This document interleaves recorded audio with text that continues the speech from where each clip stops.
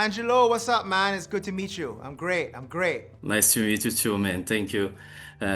First of all, I loved the film. Congratulations for your work. And I want to know from you. I see pirate stories. They usually are set in the sea, ships, voyages, open waters. But the bluff shifts danger onto land, into the home. Why was important for you to tell a pirate story from that perspective?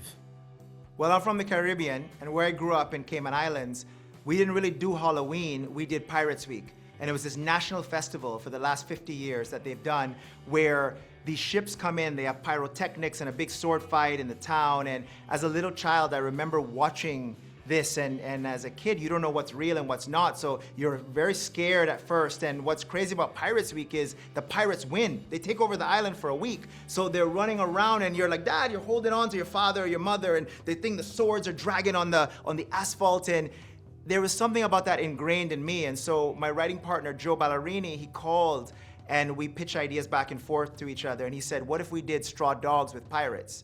Straw Dogs is one of my favorite movies. I know it's a little controversial, but this idea of someone having to protect their home with extreme violence. And so the DNA of The Bluff was really more of a home invasion movie than it was a swashbuckling high seas kind of tale. So that was from the very beginning infusing that perspective.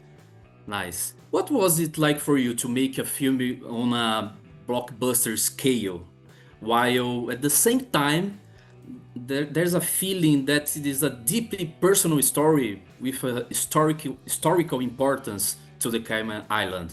It was an honor and a privilege, and I had some of the greatest collaborators in the business. When we first came up with the idea, I reached out to Zoe Saldana, who I made a film with many years ago. Her and her sister, Cicely and Mariel, have a company called Sinistar, and we infused the heart of this Caribbean woman who was fighting for family. And as the idea got bigger, she reached out, opened her Rolodex. We knew we needed to make it on a big scale, and she reached out to the Russo family. And Joe, Anthony, and Angela, they saw the value of the culture and the authenticity, and also gave me the tools to be able to collaborate with people to make it this big action spectacle. You know, they've done spectacle. They've done movies like Extraction and The Gray Man and Avengers, and so we wanted to bring that level of action, but also in a way that was fresh, to make this genre something different. You know, I said to them in our first meeting, I said, to me, pirates are a collection of the best killers from all around the world put on a boat. And so if we treat them like a strike force, it's almost like you film them like a SWAT team. You know, some of the movies I love from Brazil, by the way, City of God was one of my favorites, Elite Squad, O Invasor, these movies have been a part of my journey. And so that's the style I like. I like a little gritty, and I like to get in raw and really feel the emotion of the action. And so we really made that decision up front to say, hey, I want this to feel different. And I want to infuse the culture to make sure that everything is real. All the sets you see were built. They were real places. We crashed through that window, right? We built that house on a sugarcane field with 100 acres. So when you came to set, there was no telephone poles or planes or modern buildings. You were transported back in time so that we could transport the audience back in time. And that also allows you with the camera to be raw and shoot 360 and move around and come up with these ideas on the moment that would be organic and give that feeling that you haven't seen in a pirate film before. It's nice for you to say the about the invasion. It's not very well known here in Brazil, and there's a physical violence in the bluff that feels rare. I feel that is rare in contemporary streaming actions nowadays. And how did you achieve and protect that intensity? Well, you know, there's the joke everybody make on set, which is we're making a pirate movie with a hard R. And so it's half a joke, but it's really was the intention from the beginning. And what was really great about Amazon is when they came on board this movie, they were incredible partners, and they said, go for it, push it, do it, make the movie. it's a very hard movie to make, right? It's a woman of color. It's historical. It's set on an island. It's thing. But they said, if we're gonna do this, let's do this right. Let's take a risk. Let's make it interesting. Let's do something that people have not seen before.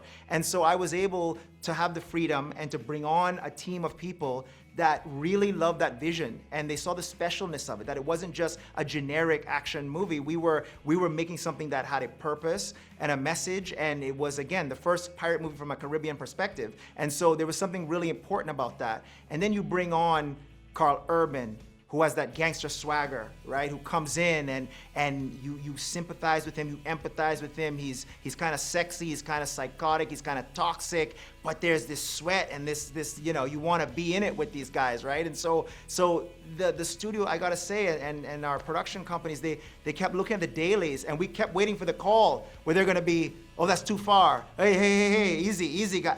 But they came and they would just clap and they said, great job, and they go play with some kangaroos and they come back, and it was such a beautiful vibe down there that, and they let me shoot in my hometown. I went to Cayman Islands for a week to get the aerials and all the background, and then we were able to build this beautiful, beautiful tapestry, which I am so grateful for. Thank you, man. Very great job.